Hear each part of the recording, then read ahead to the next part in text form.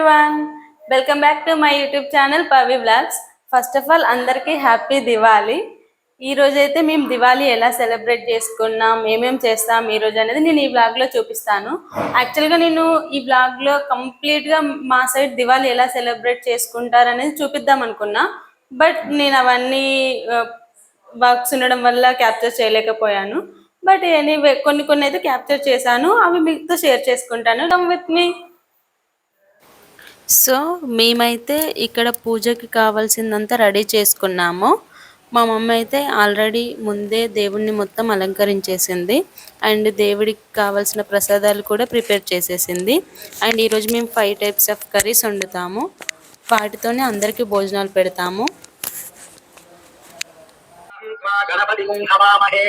కవిం కవీనాముపమస్రవస్తమం హేరంబాయ నమః స్కందపూర్వజాయ నమః శ్రీ మహాగణాధిపతయే నమో నమః నానావిధ పరిమళ పత్ర పుష్పాన్ని పూజయామి ధూపాఖ్యాతం రశేఖర శ్రీ కేదారేశ్వరమావాహయామి ఆసనం సమర్పయామి. ఒక పుష్పం వేయండి. ఇప్పుడు పువ్వుతో నీరు జరుగుతూ ఉండండి. గంగాధర నమస్తేస్తు త్రిలోచన వృషధ్వజ మౌక్తికాసన సంస్థాయ కేదారాయ నమో నమః శ్రీ కేదారేశ్వరాయ నమః పాదయోః వాద్యం సమర్పయామి. కళ్యాణి మంగళం ఓంకార స్వరూపిణి దేవి మంగళం జనని మంగళం జగజనని మంగళం ముల్లోక సంచారిణి అమ్మ మంగళం శక్తి మంగళం శివశక్తి మంగళం అర్ధనారీశ్వరి గౌరి మంగళం లలిత మంగళం శుభచరిత మంగళం శ్రీ త్రిపుర సుందరి దేవి మంగళం.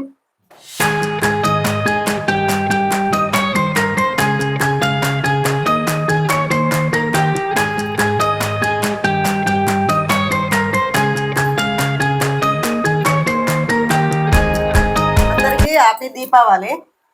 ఈ కేదారేశ్వర వ్రతం మేము ప్రతిసారి ఇట్లనే చేసుకుంటాం. కానీ ఈసారి స్పెషల్ ఏంది అంటే మేము కొత్తిల్లు కట్టుకున్నాం. ఆ కొత్తిల్లు కట్టుకున్నందుకు మాకు బాగా సంతోషంగా ఉంది.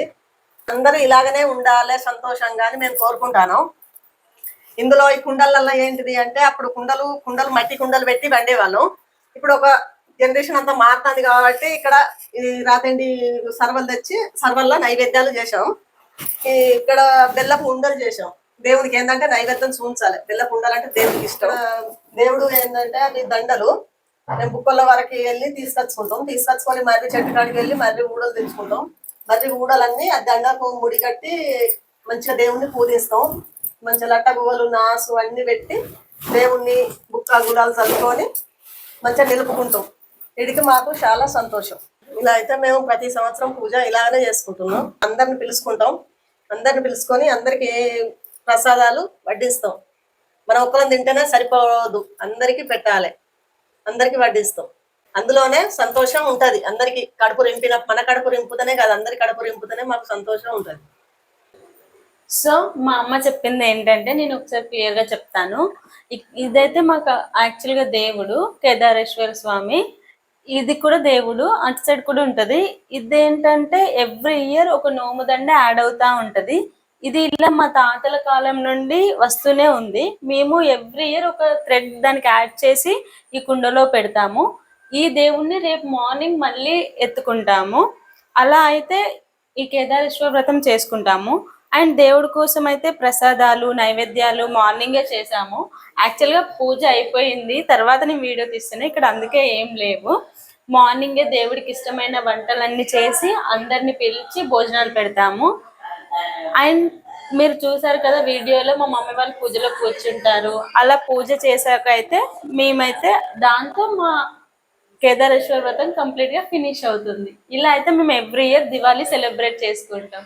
మీరు ఎలా సెలబ్రేట్ చేసుకుంటారు? ఇలానే చేసుకుంటారా లేక డిఫరెంట్గా సెలబ్రేట్ చేసుకుంటారా? కామెంట్ చేయండి.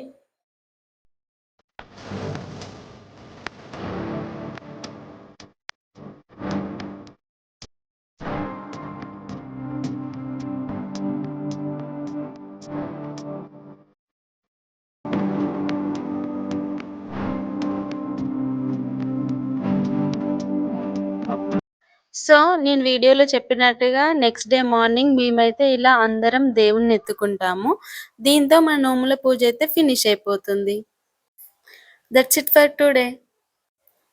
And please do like, share, comment and subscribe my channel Pavi Vlogs.